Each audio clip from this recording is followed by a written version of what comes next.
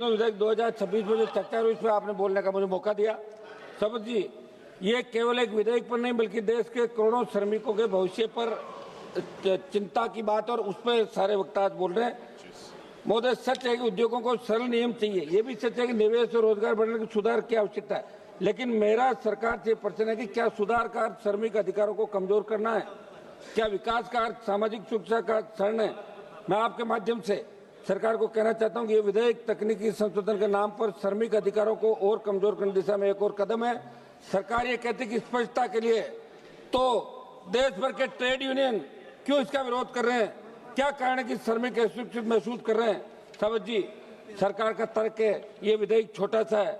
मैं एनडीए सरकार से पूछना चाहता हूँ, ये आकार में छोटा जरूर हो सकता है विधेयक आपका, लेकिन हमारी अर्थव्यवस्था की जो रीढ़ है, श्रमिक वर्ग के अधिकारों से जुड़ी बड़ी बड़ी समस्याओं को दरकिनार करता है। इसलिए आप श्रमिकों के मौलिक मुद्दे को क्यों छोड़ रहे हैं, जिनके कारण से न केवल श्रमिक वर्ग की पूरा औद्योगिक माहौल असंतुलित हो गया? सावत महोदय, सरकार श्रम कोडों में जो बदलाव लेकर आई है, बड़ी चिंता ये है कि श्रम कोडों में किए गए बदलाव ने श्रमिकों के मौलिक अधिकारों को कमजोर कर दिया।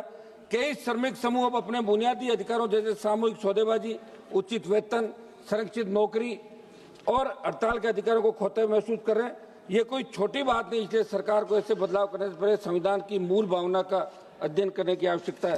सावत महोदय, इस विधेयक पर चर्चा करते हुए राजनीतिक मतभेद मैं व्यक्त नहीं कर रहा हूँ, बल्कि संविधान की उस व्याख्या की ओर सदन का ध्यान आकर्षित कर रहा हूँ जिसे समय माननीय सुप्रीम कोर्ट ने समय समय पर स्पष्ट किया है।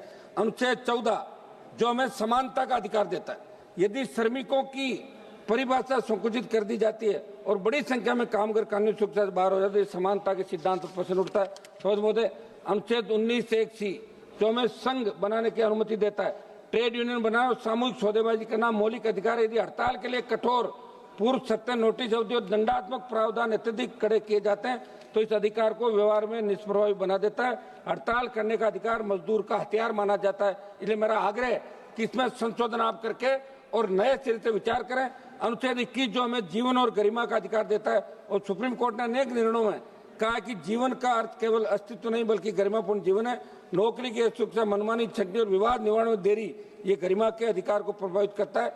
ये विधेयक लाकर संविधान की मूल भावना अनुच्छेद की अवमानना आप लोग कर रहे हैं। समझ महोदय, आर्टिकल 38 राज्य के जो डायरेक्टिव प्रिंसिपल है, आर्टिकल 38 जो सामाजिक, आर्थिक और राजनीतिक न्याय की बात करता है, आर्टिकल 39 जो आजीविका के साधनों की सुरक्षा की बात करता है, आर्टिकल 43 से जो उद्योगों में श्रमिकों की भागीदारी की बात करता है। इसलिए मैं आपके माध्यम से मंत्री जी को कहना चाहता हूं कि आर्टिकल 38, 39, आर्टिकल 43 एक केवल सजावटी शब्द नहीं है, शासन की दिशा तय करता है। आप यदि ये विधेयक पास करवा लेते हैं तो श्रमिकों की भागीदारी और सुरक्षा के जो राइट उन्हें संविधान ने दिए, उन्हें न केवल कमजोर कर रहे हैं बल्कि आम संविधान आदर्शों में दूर जा रहे हैं। इसलिए आपको मंथन करने की जरूरत है।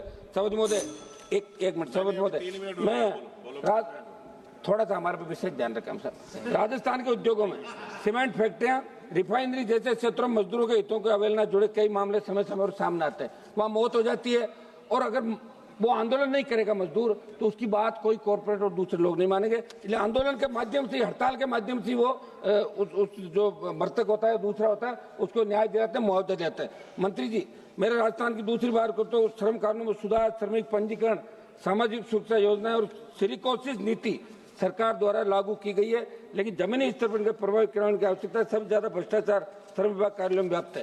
शपथ जी, मेरा आपके माध्यम से सरकार से आग्रह है कि हम उद्योग विरोधी नहीं है, हम निवेश विरोधी नहीं है, हम सुधार विरोधी नहीं है, लेकिन हम श्रमिक विरोधी कानून स्वीकार नहीं कर सकते।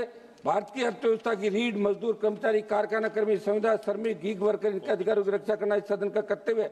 और कोई भी विकास तभी सार्थक जब न्यायपूर्ण हो, विकास तभी सही है, एक मिनट साहब, जब वे समावेशी हो। मैं सरकार से भी आग्रह करता हूँ, पुनर्विचार करें, विधेयक को संसदीय स्थायी समिति के पास भेजा जाए। ट्रेड यूनियनों, उद्योग संगठनों, राज्य सरकारों के साथ व्यापक परामर्श किया जाए। हड़ताल और, एक मिनट समाप्त कर रहा हूं, हड़ताल और सामूहिक सौदे में जुड़े प्रावधानों में संतुलन लाया जाए। औद्योगिक न्यायाधिकरणों की समयबद्ध स्थापना सुनिश्चित की जाए। श्रमिक भागीदारी को वास्तविक रूप दिया जाए। अंत में मंत्री जी से एक मांग करना चाहता हूँ, मेरे संसदीय क्षेत्र में 3 डॉक्टरों की ESIC डिस्पेंसरी का प्रस्ताव लंबित पड़ा है, जल्द से जल्द आप स्वीकृत दिलाने के निर्देश जारी करें। एक सभापति महोदय, आखिर में मैं कहना चाहूंगा कि उद्योग लग रहे हैं, रिफाइनरी आ रही है, फैक्ट्री आ रही है, जगह जगह जमीन आप अधिकृत कर रहे हैं, नौकरियां आप दे नहीं रहे हो, तो मेरा आग्रह है कि स्थानीय लोगों को 80% रोजगार का कानून स्टेट बनाए, दिल्ली बनाए, और संविदा कर्मी जो आप लगा रहे हो इनका भविष्य क्या है, क्या फ्यूचर है इनका, इस बारे में भी सरकार को ठोस नीति बनाने की आवश्यकता है। हम इस विधेयक का विरोध करते हैं और इसे वापस भेजना चाहिए।